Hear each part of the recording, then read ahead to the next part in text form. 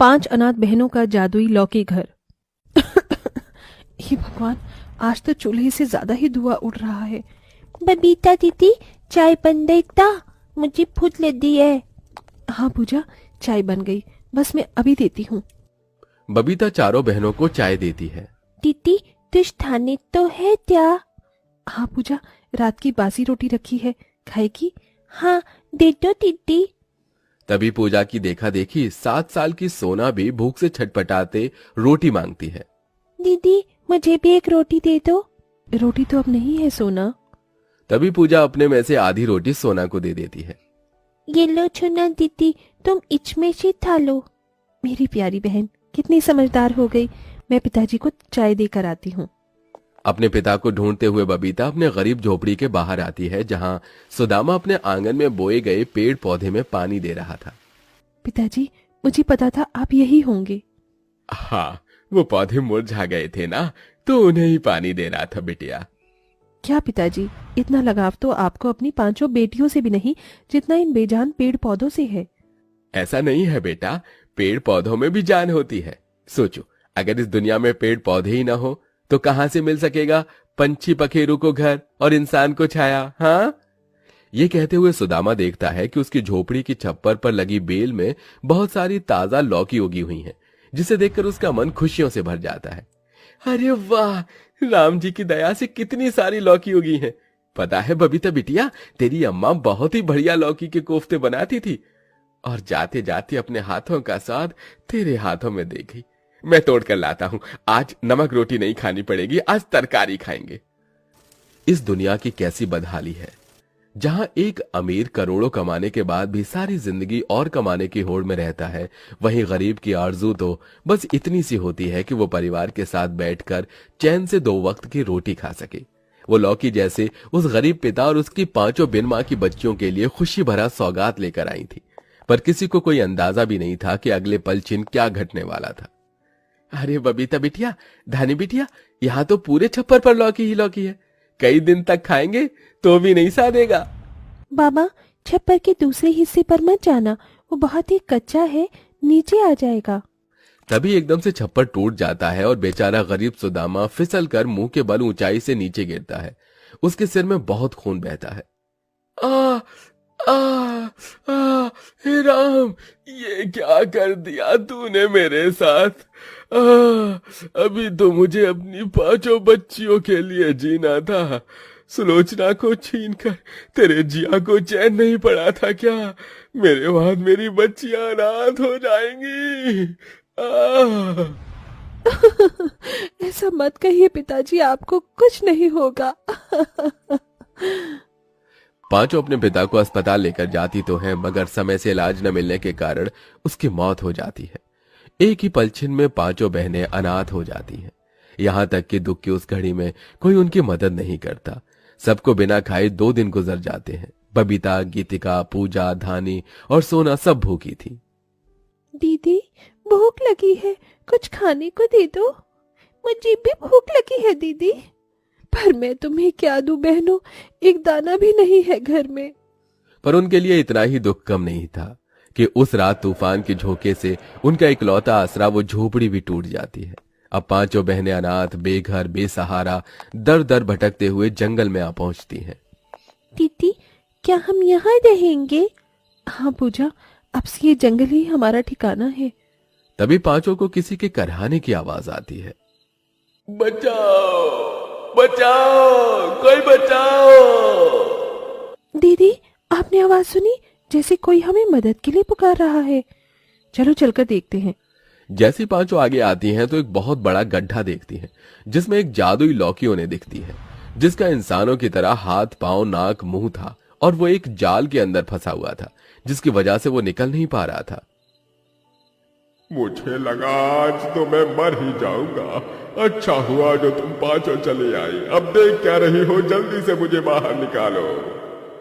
जादुई लौकी को इस तरह से इंसानों की तरह बतियाते देखकर 5 बहनें बड़ी बड़ी आंखें किए एकटक उसे ही ताकती हैं। अले बाप ले, ये कैची जादुई लौकी है, कैची पटर पटर बोलता है। 5 गरीब अनाथ बहनें लौकी को जाल से आजाद कर गड्ढे से बाहर निकालती हैं। तुम बहनों का बहुत बहुत धन्यवाद, तुमने मेरी मदद की है। कहो मैं तुम्हारी क्या मदद कर सकता हूँ। तभी बबीता अपनी चारों अनाथ बहनों का मुरझाया हुआ चेहरा देखकर बोलती है। जादुई लौकी, हमने 2 दिन से कुछ भी नहीं खाया है, क्या तुम हमें थोड़ा सा खाना दे सकती हो? अभी लो, आबरा का डाबरा गिली गिली छू, 56 भोग की थाली हाजिर हो जा तू। जादुई लौकी के ये कहते ही रोशनी के साथ खाने से भरी थाली उनके सामने आ गई। पांचों हबड़ हबड़ कर खाने लगती हैं। अरे वाह, ये खाना कितना स्वादिष्ट है, एकदम अमृत जैसा। हाँ, आज तो दावत हो गई। पांचों बहनें प्लेट भरकर खाती हैं। तभी बबीता छलकते आंसुओं से कहती है। तुम्हारा बहुत बहुत धन्यवाद जादुई लौकी, तुम्हारी वजह से आज हम इतना स्वादिष्ट भोजन खा पाए हैं, जिसे हमने गरीबी में कभी देखा भी नहीं था।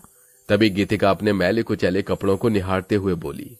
जादुई लौकी, देखो ना, हम पांचों के कपड़े कितने गंदे हो गए हैं। तुमसे एक गुजारिश है, क्या तुम हमें नए कपड़े दे सकते हो? तभी एक बार फिर जादुई लौकी सुनहरी रोशनी से चमचमाती है और पांचों के सामने ढेर सारे सुंदर कपड़े प्रकट हो जाते हैं। पर बबीता का मन अभी भी उदासी से भरा था।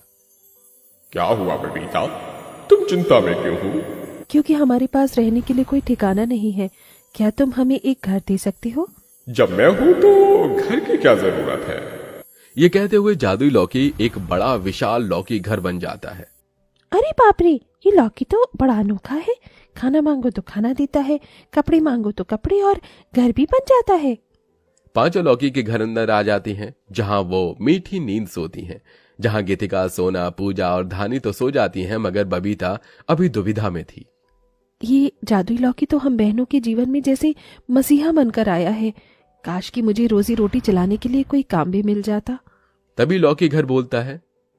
तुम्हें रोजगार की क्या जरूरत है, जब मैं तुम्हें पैसे दे सकता हूं तो। नहीं लौकी घर, तुम हमारी इतनी मदद कर रहे हो तो ये बहुत है। अगर तुम पैसे दे दोगे तो क्या ही मकसद रहेगा हमारे जीवन का। मैं मेहनत करके कमाना चाहती हूँ और मेहनत की रोटी अपनी बहनों को खिलाना चाहती हूँ। बबीता की बात सुन लौकी घर मुस्कुराया और उसने उसे अपना जादू चलाया। बबीता को लौकी घर के बाहर से कुछ टिमटिमाता हुआ दिखता है। अरे, ये रोशनी कहाँ से आ रही है? बबीता ने बाहर जाकर देखा तो वहां एक पेड़ था जो लाल लौकियों से भरा चमचमा रहा था। अरे, ये लौकियों का पेड़ यहाँ कहाँ से आया?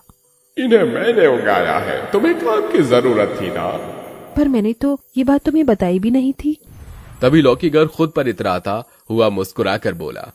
मैं जादुई लौकी हूँ, मन की बातों को भी फट से जान जाता हूँ, और अब से तुम इन जादुई लौकियों से हलवा पकौड़े जो चाहे बनाकर बेचो। तभी डबडबाई आंखों से बबीता ने कहा। एक बार फिर से तुम्हारा बहुत बहुत शुक्रिया जादुई लौकी घर, तुमने एक पिता की तरह छत बनकर मुझे और मेरी बहनों को सहारा दिया है। अब अगले दिन से बबीता, गीतिका और धानी जादुई लौकी का हलवा पकौड़ा भाजी बनाकर बाजार में बेचती। लोग बड़े चाव से लौकी खाते, जिससे अनाथ बहनों की अच्छी कमाई होती। सब कुछ खुशहाल ही चल रहा था कि एक दिन जंगल में एक जादूगर आया। उसके पैरों की धम धम की आहट से लौकी घर डर के मारे मुंह बिचकाकर बिलक बिलक कर रोने लगा। क्या बात है लौकी घर, तुम रो क्यों रहे हो? क्योंकि अब मुझे वो लालची जादूगर ले जाएगा। मैं तुम बहनों से अलग नहीं होना चाहता। पर वो जादूगर तुम्हारे पीछे क्यों पड़ा है? क्योंकि वो जादुई लौकी से अपना लालच साधना चाहता है और धनी होना चाहता है। तुम डरो नहीं जादुई लौकी, उस जादूगर को आने दो तो। थोड़ी देर में जादूगर अनाथ बहनों के जादुई लौकी के घर के पास आ धमकता है। सुनो लड़कियों, क्या तुमने इस जंगल में किसी अजीब सी लौकी को देखा है? नहीं तो हमने किसी लौकी को नहीं देखा। तभी जादूगर की नजर लौकी घर पर पड़ जाती है। ये घर तो लौकी के समान लगता है, तुम पांचों ने ये घर कैसे बनाया? कुछ दिन पहले इस जंगल में एक तपस्वी बाबा आए थे, हमने उनकी मदद की तो बदले में उन्होंने हमें ये लौकी घर बना कर दिया है। धानी के इस जवाब से जादूगर असंतुष्ट भरे मन से लौकी घर को निहारता हुआ जंगल से चला जाता है और लौकी घर गहरी सांस भरते हुए कहता है। धन्यवाद, तुमने मुझे उस लालची जादूगर के हाथ पड़ने से बचा लिया। तुमने भी तो बुरे वक्त में हमारी कितनी मदद की है जादुई लौकी घर, तुम्हारे उपकारों को हम कैसे भूल सकते हैं। और ऐसे छल कपटी को छल भरे अंदाज से ही जवाब देना चाहिए। उस दिन के बाद से जादुई लौकी उन 5 अनाथ बहनों के संग एक परिवार के हिस्से की तरह बनकर रहने लगता है।